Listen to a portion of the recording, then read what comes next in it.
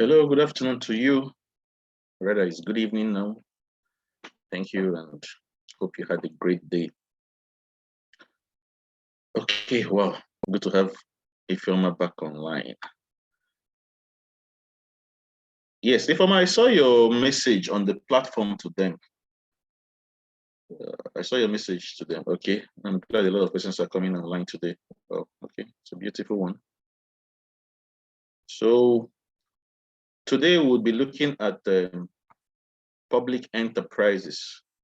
But before then, for the benefit of those that are joining us today, we will do a little rundown of what we have been discussing in this class.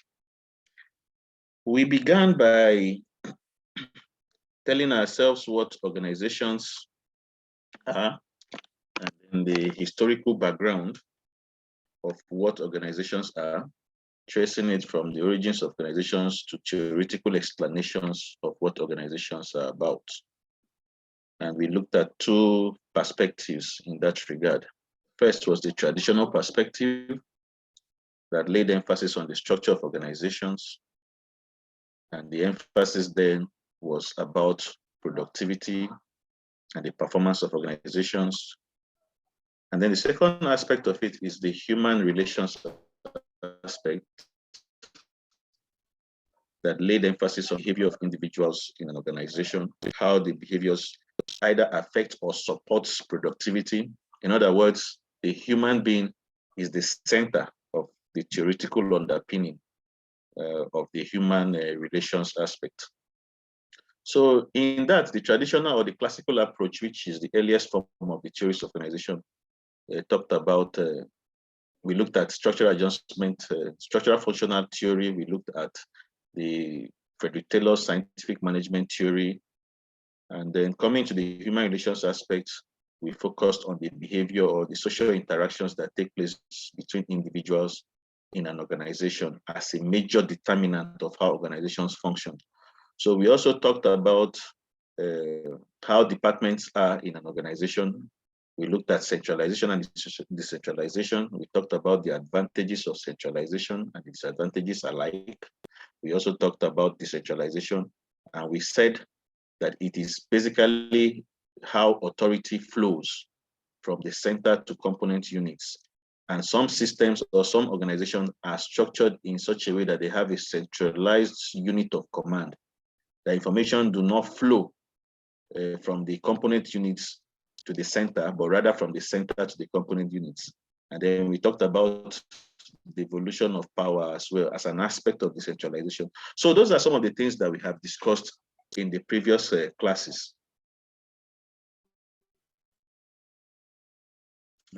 And then how they form or function in those aspects. So today we'll be looking at public enterprises, which is a continuation of our last week's lecture, talking about how departments or organizations are structured, like I mentioned earlier, on centralization and decentralization. So today, we would continue by looking at public enterprises. So we say generally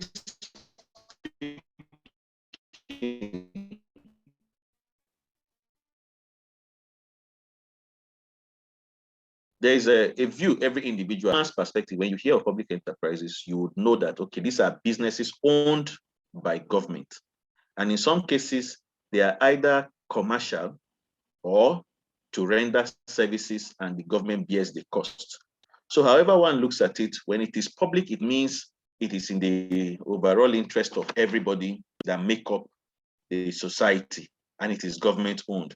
But when it is private, it means it is owned by a few individuals or an individual. So in this case now, we are looking at the aspect of the businesses that government own and the services those businesses render and the relevance of those services to humanity or to the masses. And we have said here that generally speaking, a public enterprise is an agency of the government through which the government manages its commercial and economic activities. So there are different views that people hold about what a public enterprise is. Like every one of you now, if you're asked what a public enterprise is, you have your own definition or your own understanding of what a public enterprise is. But there are some shared values in whatever perspective or whatever opinion an individual holds of what public enterprise is about. And certain things stand out from those perspectives. And first is the fact that it is government owned. The moment anything is public, it means its management and control is targeted at providing public good, and it is basically owned by the government.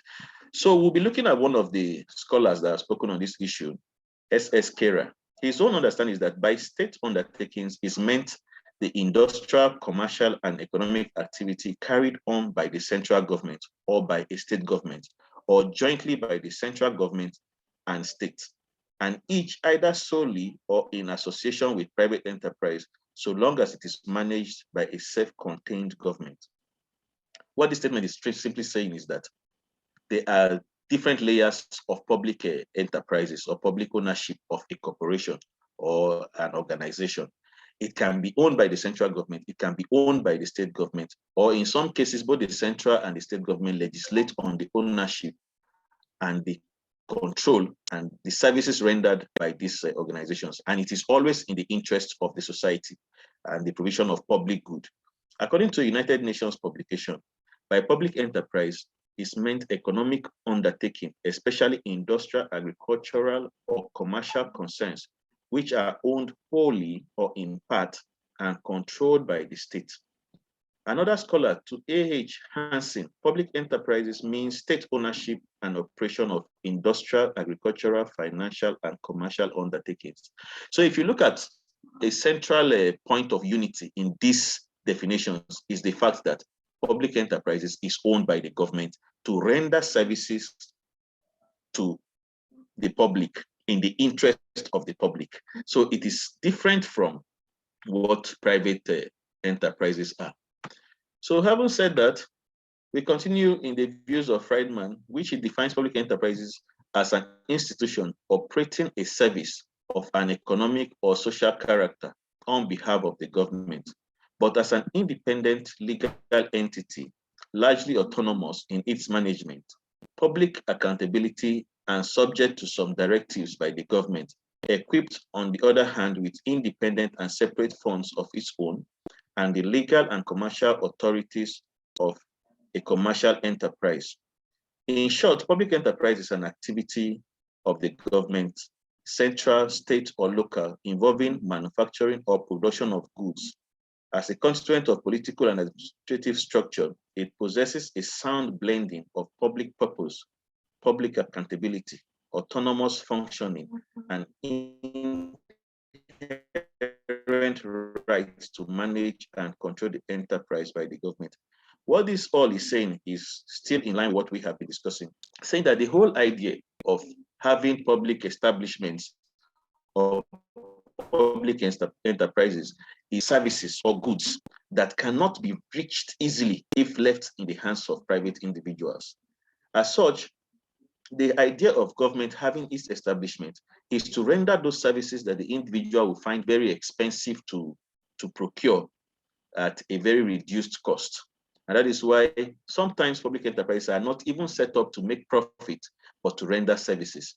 And they are of relevance to the masses. And if left in the hands of private individuals, they will be out of reach of the average individual. So the government steps into these very critical sectors to provide services that would be in the public good. So here we look at types of public enterprises. And we say public enterprises are divided into 4 types based on the ownership, namely central government enterprises like the Nigerian Airways, Nigerian National Petroleum Corporation, Nigerian Steel Company, etc., etc. Like before we continue, talking about the Nigerian Petroleum Corporation now, we all know that we buy petroleum products in this country at a subsidized rate. And the simple reason for that is because if left to the dictates of demand and supply, or by ownership of private individuals, it will be out of reach of the common man. So in those critical areas, the government step in to provide those services at a reduced cost to ensure that everybody gets those services in a manner that will suit his or her pocket. So state government enterprises like the state transport corporations we have seen those things happen a lot. Okay, like for people that are from Benue, there is this Benue Link Transport owned by the state government. And sometimes their services are provided at a more reduced cost than other transport companies. A lot of states have those kind of transport companies too. And they do those things to ensure that the masses are not exploited, and then they provide a range of options that cannot be easily gotten if left in the hands of private individuals. Also, they have joint enterprise of both the central and state governments. And a good example of this would be states where maybe they are allowed to provide electricity, for example. They provide at the state level, supply to the national grid, and then it is now sent to the individual citizens or the society in general. And the relevance of this is premised on the fact that if left in the hands of private individuals, these services will be too expensive and will be out of reach of the masses. So any reasonable government that comes to power would always focus attention on these areas where critical services can be provided at a more reduced cost. Hence, the relevance of public enterprises cannot be overstated. Having said that, another view looks at it that public enterprises are divided into 7 categories on the basis of the nature of their activities. These are public utilities like water, electricity, gas, ports, and harbors. You remember we talked about how expensive these services are. Hence, the government steps into actions in this aspect to ensure that the average or the common man on the streets can have a fair share of these services without necessarily paying too much if it were to be owned by private individuals. And then the example given here is water. Like, if you are to pay private ownership of water services, you know what the cost would be. Electricity as well. We talked about petroleum earlier on, and then the services at the ports and harbors, that is all the shipping lines and all. So a lot of them are public owned by the government, either the state government or the federal government, as the case may be. And the idea is basically to provide services that private individuals will charge excessively for rendering those services. So the government comes to fill that gap, to bridge the gap between what the actual cost should be and what the average citizen can offer. And then they went further to give examples of telephone lines, telegrams, posts, etc., etc. And then we also have banking, credit and insurance, like the Central Bank of Nigeria, financial corporations, multipurpose projects like the Tennessee Valley Authority in the USA, basic industries like coal, mining, iron and steel, and other kinds of companies that we consider to provide services that are of high value, but the government can step in to provide those services for free or at a very reduced cost. And in some cases, like talking about the shipping lines, for example, or even airlines, if they are to be charged at the right cost that private sectors will provide them, they will be out of reach of the common man, and only a very few persons will have access to them. Like shipping lines, for example, there's in this very statement now, shipyards where ships are kept. Private individuals that own some of those things pay hugely on it. And if not for the fact that it can be made available by the government, some persons cannot even afford them. Or even like if you go to airports, like Abuja Airport, for instance, you will see private services being rendered at exorbitant rates.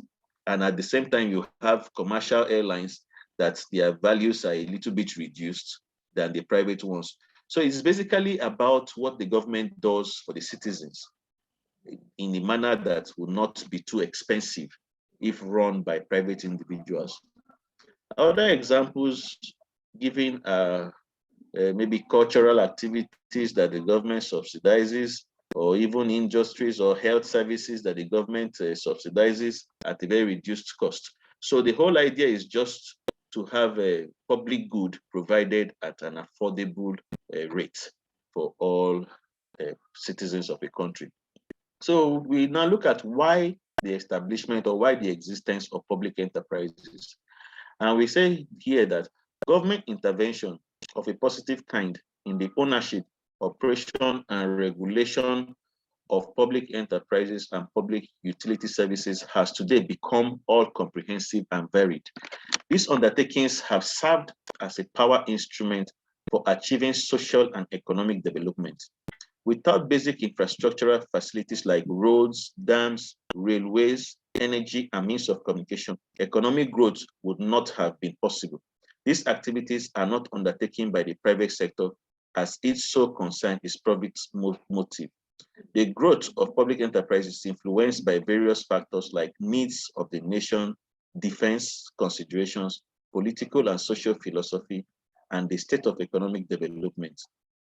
So what this is trying to say is that public enterprises are set up not to necessarily make profit, but to provide services that, if allowed by individuals, would be out of reach of the common man.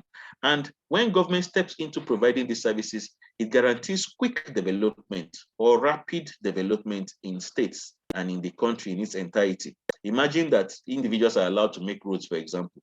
The charges that would be levied on using those roads would be too exorbitant for road users, for the masses. Imagine the railway now being provided by private individuals. The charge for it will be so much. We made mention of electricity earlier on.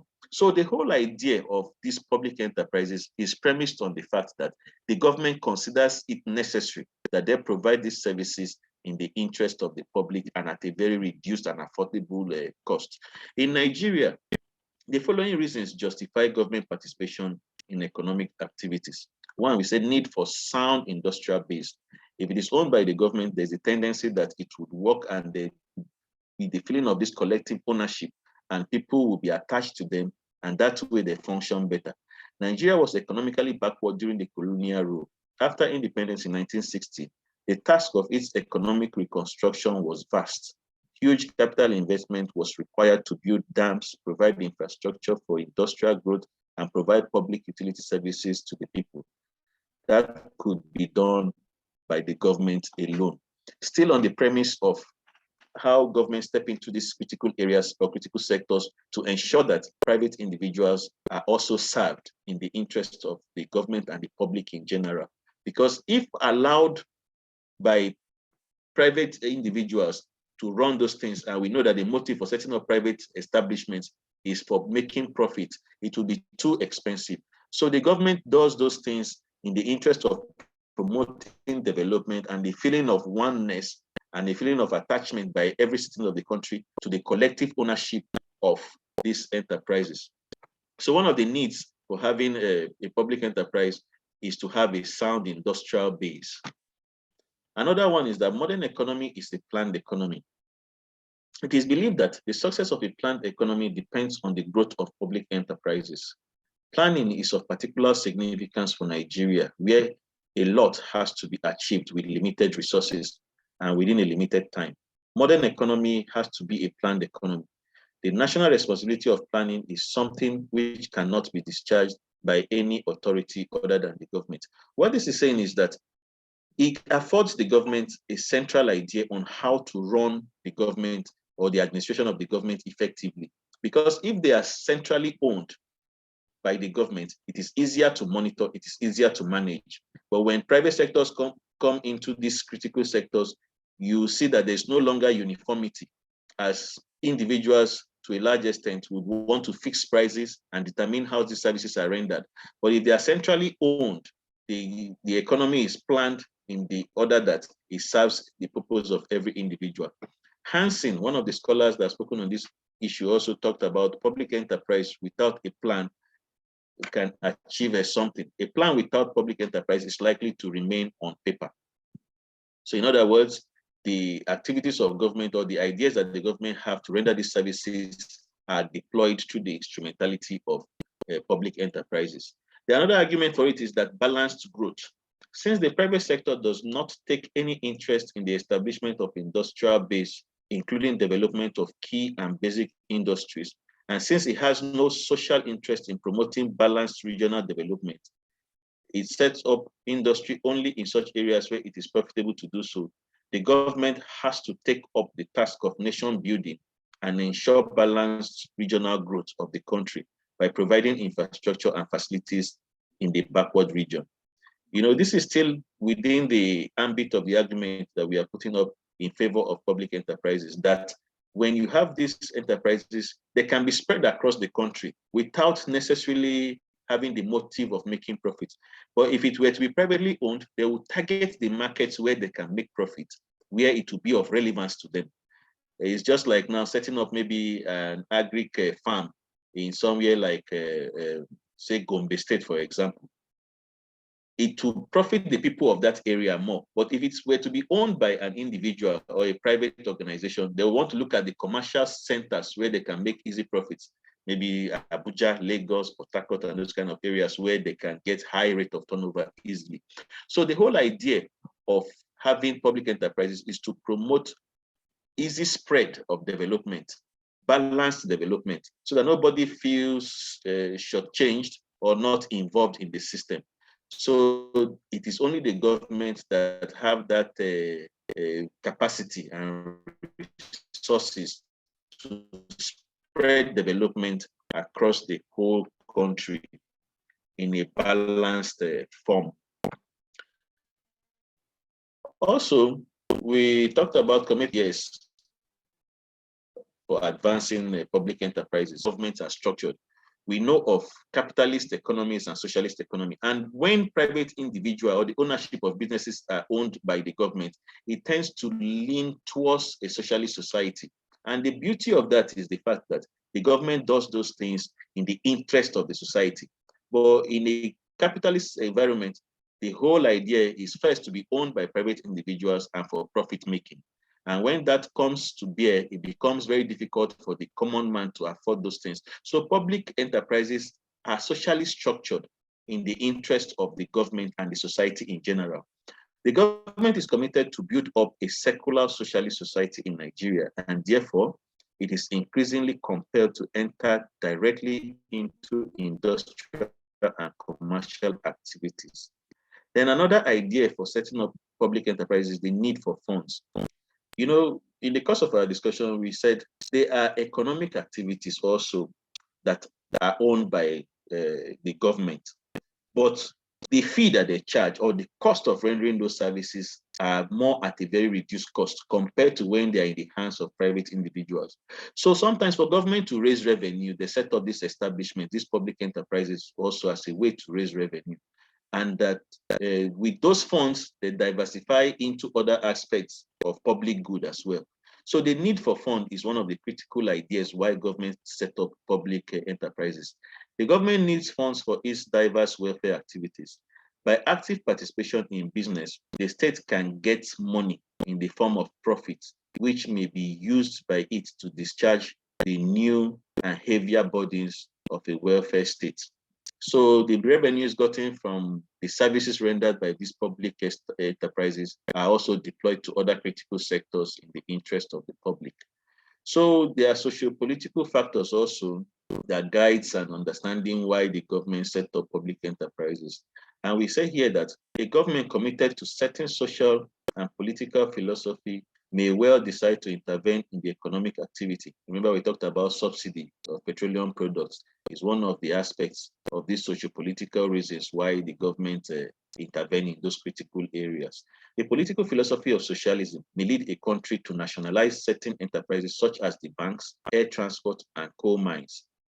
The social purposes may include development of weaker sections of society, development of backward areas, and child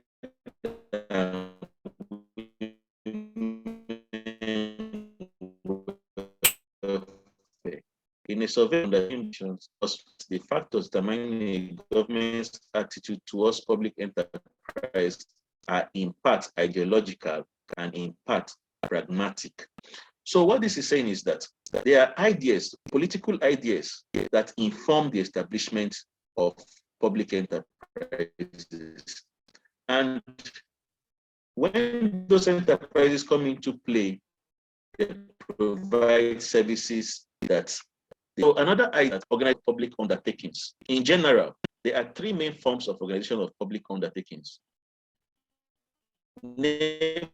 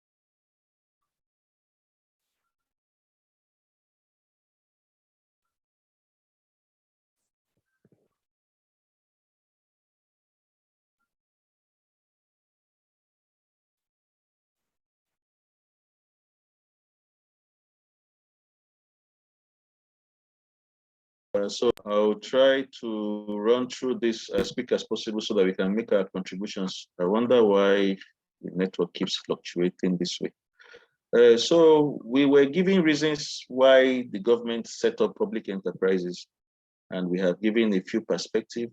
So we'll run through them quickly to ensure that we round up on what we need to do today.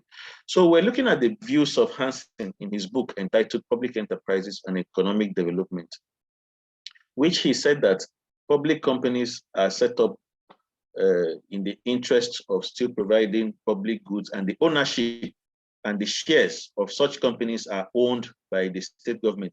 So we're going to look at the characteristics of a government company before we went offline. So having said that, the characteristics of a government enterprise first is that it has most of the features of a private limited company. They share certain similarities with private companies, but the idea is that they provide services at a more reduced cost. Remember when we're talking about one of the characteristics of the establishment of government enterprises as need for funds. So the government set up these things, these enterprises, so that they can generate revenue from them, although not at a very expensive cost as it would have been if they were privately owned.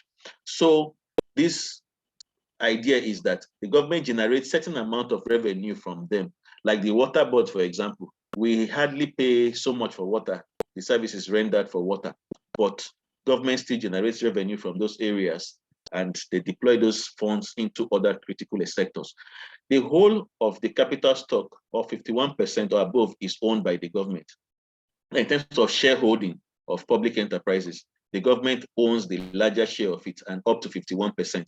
The other aspect can be owned by private individuals or by the state or subunits of the state. But the whole idea is that the government owns a larger share of it and provides those services at an affordable cost.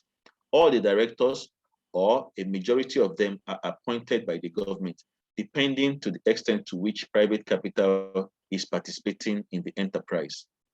Like we know that private organizations are owned by private individuals or their family members. In this case of government enterprises, the government appoints those that are directors of these companies, and then they run in the interest or to the dictates of the government. Another point here is that it is a corporate body under a general law vis-a-vis Companies Act. The corporate nature of it is the legal status that are accorded such enterprises. It can sue and be sued, enter into contract and acquire property in its own name. Thus, public enterprises have the right to equally acquire properties that will serve the interest of the people as the government deems fit. It is created by an executive action of the government without parliament's specific approval having been obtained, and in its articles of association, though conforming to an act, are drawn up and are revisable by the government. In other words, even though that they are set up by the government, they still pass through the procedures for establishing a company. And in this aspect, the government decides on its mode of operation or the method through which it comes into existence. And they are not necessarily for the legislature to deliberate on them, as most times they come into existence as an act of the executive, government, and in some cases from private shareholders, and through revenues derived from the sale of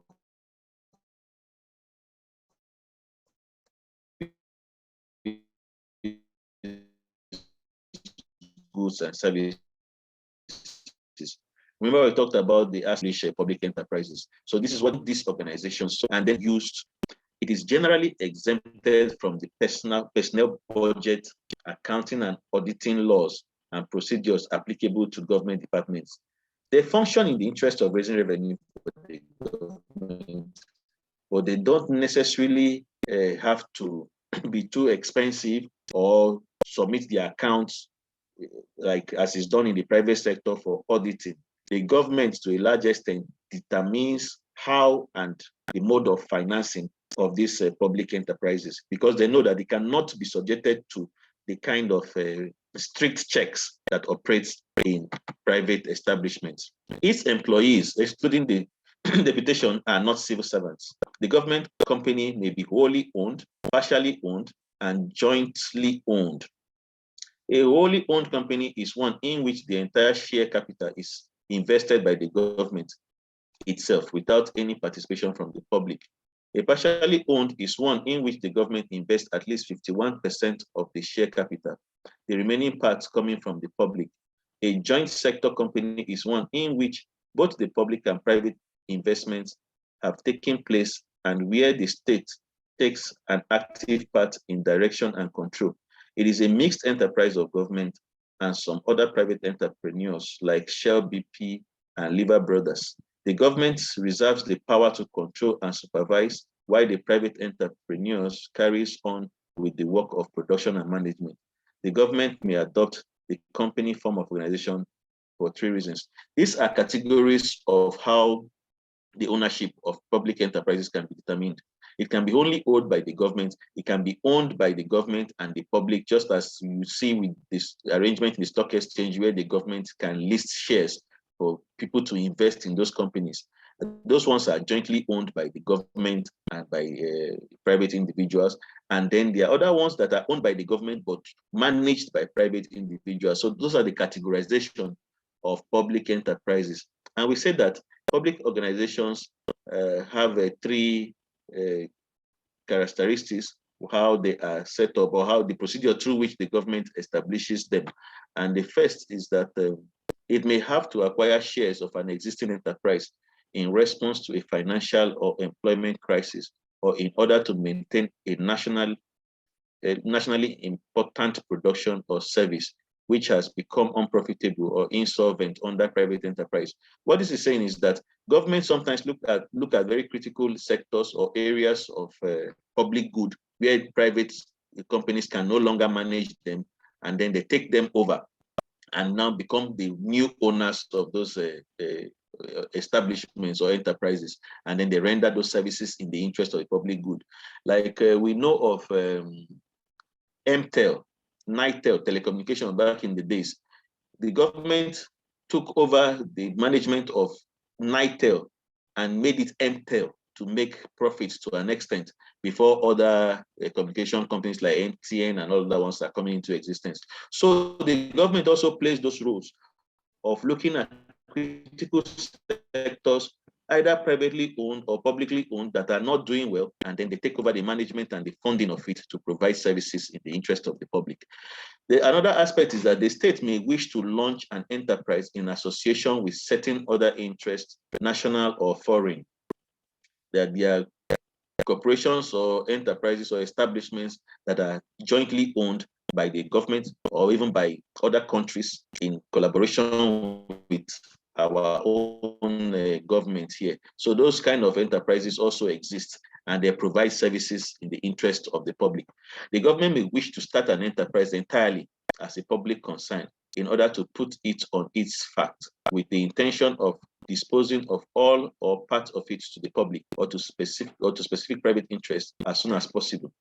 And then what this statement is saying is that the government can decide to set up a fresh enterprise without necessarily taking over anyone or jointly owned by anyone, but solely a government affair, and with the sole idea of still providing public good. Advantages. The advantages of a company organization are convenience, information, flexibility, and freedom in operation, less burden of capital on the state, cooperation from the private sector, better discipline than under a departmental organization, professional management, suitability for commercial trading and other similar activities, and opportunity to get foreign collaboration. In view of the advantages, the company form of organization is very popular with the government. So those are the basic principles that count in favor of government-owned businesses, as we have mentioned in these statements. However, it suffers from certain limitations or disadvantages. And then disadvantage of government company the most conspicuous disadvantage is that it evades constitutional responsibility, which a state-owned enterprise has to the parliament in a democratic country. Remember when we were talking earlier on, I said they are established as an act of the executive. So most times they are not really subjected to the scrutiny of the legislature or other legal bodies or institutions, as the case may be. The government, at its discretion, set up these things so they can operate independent of whether the legislature accepts its existence or not. It is created by an executive action, and funds are provided from the consolidated fund without any prior parliamentary sanction and any accountability or control. So what this is saying is that because it is owned by the government and can be funded by the government and established by the government without proper scrutiny, legal scrutiny, it can give room for abuses. However, it is still in the public interest that government set up these public enterprises. Professor Robson called it a device for avoiding public accountability and control. Second disadvantage is that a government company remains under the control and influence of the Minister for Industries and is subject to the same political pressure, pulls, and party interest as a departmental organization. It does not enjoy any autonomy. In the words of Professor Ramanathan, it is apparent an autonomous agency, but the articles of association are so framed and the boards so constituted that government influence can be easy and extensive. So what this statement is saying is that because it is owned by the government, there's this feeling of anybody can just do what they want, or this lackadaisical attitude or mode of operation that they are not held accountable, and it can even give room for abuses and even embezzlement of public funds, because people would say, okay, after it's owned by the government, they are not accountable to any private individual. So those are some of the disadvantages of government-owned businesses. So in conclusion, in this unit, we have dealt extensively on public enterprises, the meaning, concepts, types, and most importantly, the why for public enterprise. It is also pertinent to remind ourselves that various public undertakings were vividly discussed, especially their merits and demerits, their limitations, etc. In the next unit, however, we shall yet again be discussing public operations, a trading unit of administration, of administrating the publicly owned enterprise that has been chartered under federal, state, or local law for a particular business or financial purpose. So the whole idea here discussed today is premised on the reason why public enterprises are in existence, and as a cause of their existence, the services that they render and the relevance of that to the public. So as it stands, I'll be opening or allowing you to talk if you have questions. And in the case where, okay, I just read something. Somebody said share screen. I think when the network went off, the screen disappeared. Sorry about that. However, it's on the platform. You can always check what we have discussed. So if you have questions to ask, I can unmute you now so that you can ask your question. Or if you can unmute yourself, you can equally ask questions that you want to ask. So can anybody hear me? Okay. Yes, sir. If you're, I think you are allowed to speak. Edit too. Edit Benjamin, you're allowed to speak. And, if you have questions to ask, you can ask. If you have contributions to make to enrich the discussion, you are at liberty to do that. And then you can equally chat me up too, so that we would discuss areas where you have questions or where you have contributions to make.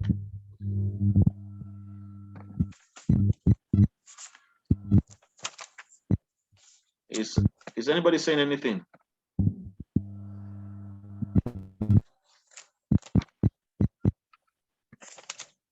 Yes, although I joined late, but I need a clarification under the organizations of a public undertaking.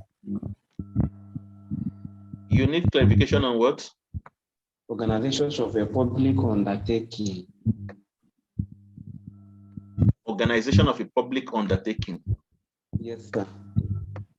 Okay, I was saying that the reason why government set up public enterprises is to provide public goods and services that will be out of reach of the average citizen if left in the hands of private individuals to run.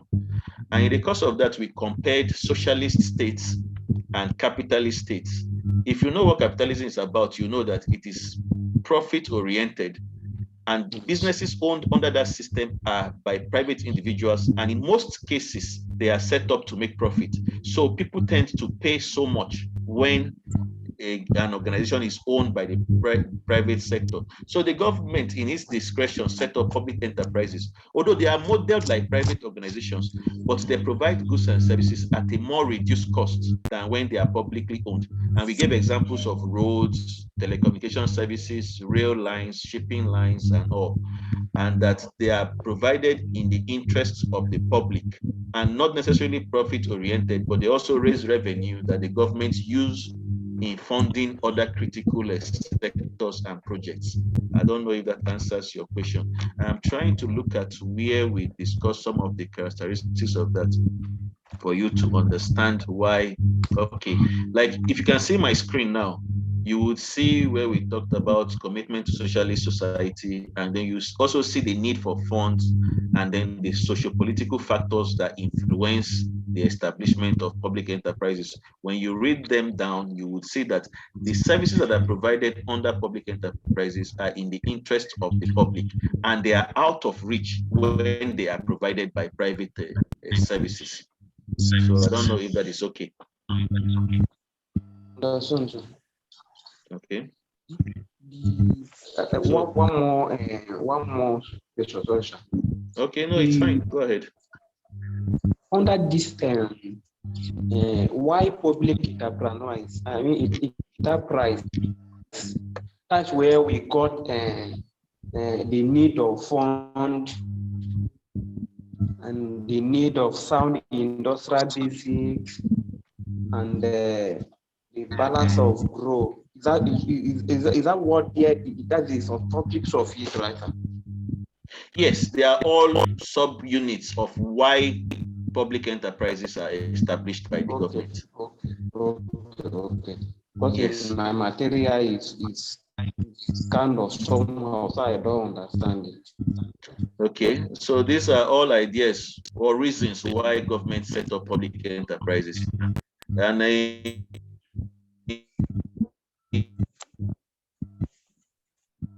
network, very poor. In the course of our discussion, we talked about how, so we talked about why government set up these things, and they can be set up in areas where the government feel development has to get to the people, not necessarily where they can make profit. And we give examples of businesses owned sometimes maybe in Gombe State, and they might not really be set up there to make profit, but to provide services or to even promote development of those areas. Okay, I can see Edith Benjamin raising up her hand. You can speak. Good evening, sir. Thank you. Good evening. Sir. Yeah. Yes, sir. Please, I came into the class very late. Okay. I want to know where the class starts from so that I can review after you might have finished class with us. Okay, we started today's class by discussing what public enterprises are. Yes. But before then, we did a little retrospective analysis of what we have been doing, tracing the issues of organizations, how they were set up, theories that guide the establishment of organizations, the explanation from the angle of productivity or profit orientation to the angle of where emphasis is on the role of the individual in an organization, and then the relevance of that. We talked about the structural functional theory, we talked about the human relations perspective, and then in the last class, we talked about centralization and decentralizations as mode of command or chain of authority that flows from either the center to the component units or from the powers delegated to those component units to function on their own and give report to the center. We discussed all that, and then today our emphasis is on public enterprises and why public enterprises are established and the motive behind the establishment of public enterprises. So you can read through the materials and you would understand them as well. Yes, sir. Thank you, sir. All right, thank you too. So further questions or contributions? Can you hear me, sir? Okay. Yes, I can hear you. Sir, there is this question in my TMA. I don't know. I can ask it here, please. This Yeah, go ahead. Sir, can you hear me? Yes, I can hear you. Okay, there is this question in my TMA. That is so difficult that I don't know. The answer is confusing, and the answer is as same as if the answer is, I don't know how to put it. But I'm trying to find the question here to ask. But the question said that somebody cannot predict people. You understand? You cannot predict them to leave the company or to require they want. The answer I just stated, everything they want is just stated it. So it still is just like confusing everybody. I was searching for it so that I can be able to, say it very well. But I cannot find it where I come across it. Okay. If I can make meaning of what you have said now, maybe it's an argument in favor of why government enterprises exist, or an argument against the establishment of government enterprises. And if I'm to start by mentioning some of the disadvantages, I said earlier on that when something is owned by the government, people have a tendency not to take it too seriously because they feel after it's owned by the government. So the management of those things is somehow treated carelessly. So that can be a discouragement as to why public enterprises exist. But the whole idea for setting them up is based on the fact that private sector would charge too much for those goods or services, as the case may be. So government step into those areas to ensure that those services are provided at a reduced cost. So maybe when you get your question properly, you can put it on the WhatsApp platform, and then we'll attend to it there as well. Okay, I will do that when I get to the Yes, sir. When I get it, I will send it to the WhatsApp so that you can be able to answer it very well. Okay. Thank you, sir. So other questions or contributions or areas you think we should speak more about?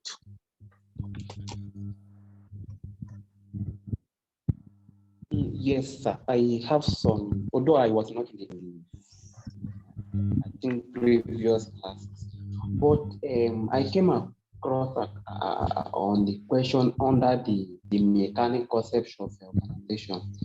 And the question in my chairman, the question says that what are the defeat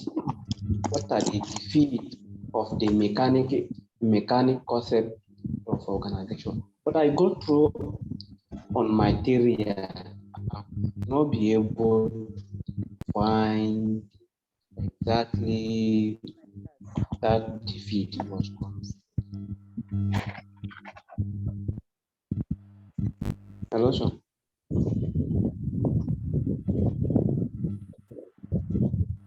Hello.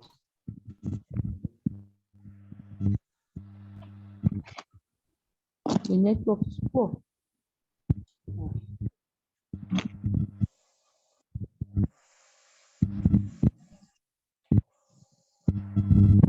Sorry, another network challenge. Okay, somebody was saying something.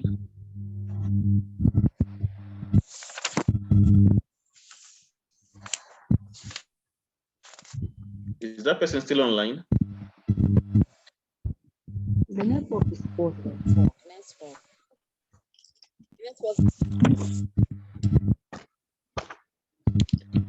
Okay. Anybody still want?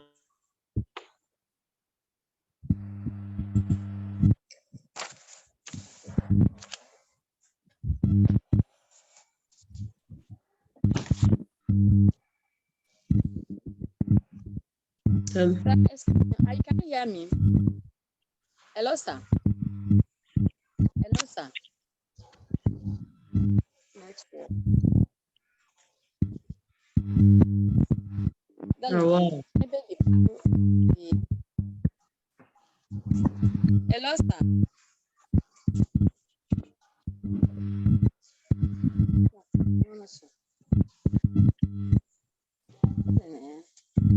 Maybe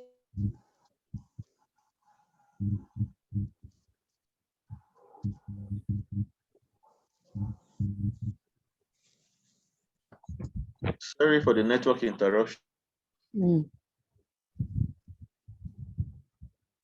but if you can hear me, We can hear you, sir. It's still breaking, sir.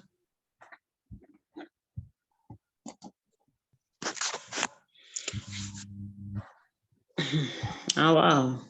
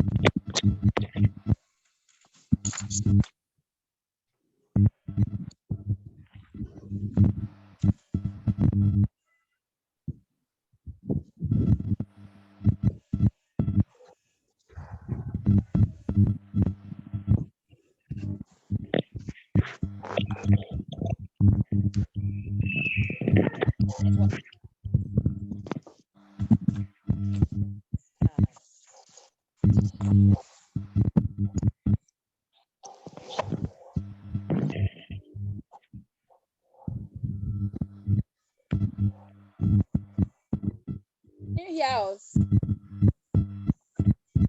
Hello?